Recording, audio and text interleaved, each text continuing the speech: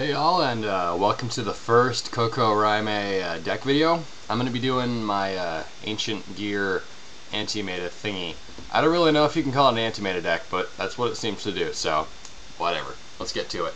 Okay, so first up we're going to start with the monster lineup. First up we have two Ancient Gear Gajiltron Dragon, for obvious reasons. This is a Gear Town sort of setup, so there's no reason not to be running Gajiltron. Free 3,000 beaters and all sorts of other fun Gajiltron thingies. Next up I've got Gajiltron Chimera. This is sort of a lame, weaker version of Gajiltron Dragon, but it's level 6, so it works for the synchro sort of stuff. Not too many options. I can only do it with one of the tuners I've got in here, but you never know. Ancient Gear Engineer.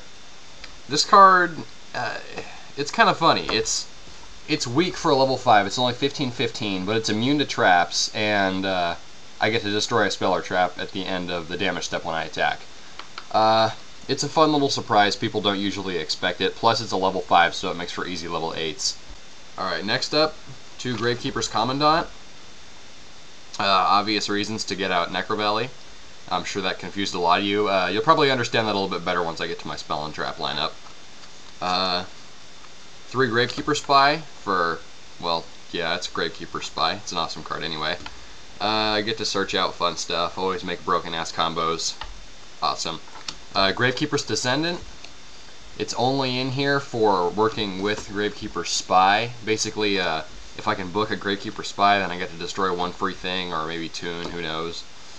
Alright, next up, 1 Flameveil Baby. Again, kind of a weird choice. Flameveil Baby, it's really only in here because it's a level 1 tuner. As soon as the Neo Flameveils come out here, I'll be switching to a level 2. I think it's called Neo Flameveil Origin. That's what I'll be switching to then. I don't know when we're getting that though, but for now it's just because it's a level 1 Flameveil tuner. Triple Flameveil Fire Dog. This is basically just a Flameveil Synchro engine. It works pretty well on this deck though. I'll never really understand why. It isn't really affected negatively by Necro Valley either, but yeah, anyway. 1 Flameveil Archer, level 3 tuner, obviously for use with Fire Dog. This deck can sink really, really hard if I can keep my Fire Dogs protected, otherwise I'll just sink out for 7 or 8. 1 Flameveil Magician, for, again, obvious reasons, just for summoning with Fire Dog, emergency level 8s. Triple Cyber Valley. I know a lot of people don't really like Cyber Valley, but it's easily one of my favorite cards. I really don't know why, but I've been running it for, like, ever. It's a decent little draw engine and always fun. Next up, 2 DD Warrior Ladies. There we go. 2 DD Warrior Ladies. This really only in here because I couldn't think of any anti-meta cards, and Ace suggested it to me. Also, I used to run this deck with Light of Redemption to get back Cyber Valleys, and it just worked really well. I may actually go back to that. And finally, for the monster lineup, Double Thunder King rai-Oh. You can never go wrong with Double Thunder King rai-Oh. It's just awesome, awesome stuff. Anyway, so that's the monster setup. Next up, we'll do Spell and Traps.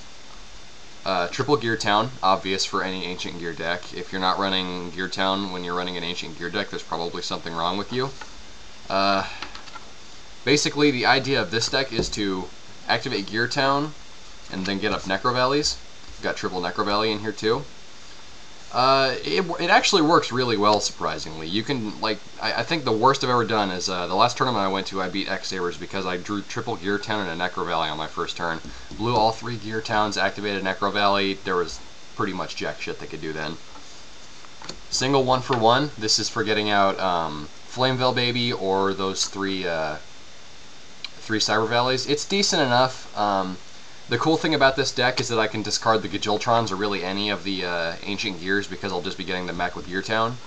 Again, that can't even be stopped by Necro Valley. The convenient thing about that is that if I'm using Gear Town's effect, it's because Necro Valley is not on the field. And if I do have Necro Valley, I'll just set it for Gear Town. So, there's that. But yeah, I might take 1-for-1 out for another Rekindling. Speaking of Rekindling, single Rekindling. I might run this at 2 just for what it is. I mean, instant, you know, crazy synchro spam, and if you can get 2 of these off in 1 turn at endgame, it's, yeah, good game, bro. Alright. Triple Book of Moon, obvious. I think everyone runs Triple Book of Moon now, mostly. It's just a good card. Lots of blocking and other fun stuff. Then the rest of this is mostly just staples. One Giant Trunade, I might take this out for something different. It's not been too helpful, I might put it in for a Cold Wave instead. However, this deck does usually rely on spell and traps for swarming, so I might not. I'll think about it. One Mind Control, I've gotten a crapload of use out of this thing because I seem to always have a tuner conveniently on hand. I don't know, it's just a great card. One Swords of Revealing Light, just in case the deck slows down. Sometimes I won't be able to get my field spells up, and those are actually the two things that are really just killing me, is when I can't get my field spells going. Swords of Revealing Light's basically just meant to help me out in those situations. Final spell, Dark Hole. I don't even need to explain that. So there's the spells. Next we'll move on to the trap lineup. Alright, the trap lineup is pretty simple. We've got one Torrential Tribute. I might switch this out for something else, but right now I'm really liking it. I mean, if I ever get Darkhold or whatever, it's always nice to have a Torrential face down for when they summon something. Mirror Force, obviously, staple, so why not? I think a lot of people will be surprised by this. I'm only running one Trap Stun, and the simple reason for that is if I, like, let's say my opponent attacks or something, and they, well, yeah, let's say the opponent attacks and I activate Mirror Force, they activate 7 tools, my Trap Stun's not going to do shit for me then. That's the one thing I don't like about Trap Stun, is you can't negate things that are negating you, and I don't know, that always just seems to get me. One Compulsory Evacuation Device. I just couldn't think of anything else to put in, so I went with Compulsory. It never hurts. Get rid of Stardust, get rid of all the other ridiculous, unpleasant things that come out. And finally, double 7 tools. I've always liked 7 tools. If I had Dark Bribes, I would run them, but I've only got one, and it's in one of my other decks, so I'm not doing that right now. I usually keep all of my decks. A lot of people take apart their decks. I actually just keep all mine together. So, that's that. So anyway, that's my Ancient Gear Anti-Meta deck. Tell me what you think about it. I really, really like the thing. It's not perfect, but it's close to about as perfect as I'm going to get it. I really, really dig this thing. I can't currently think of anything else I'd like to put in it, anything rare or awesome. Unfortunately, I completely lack a Black Rose Dragon because I traded it to Ace because I'm a fucking retard.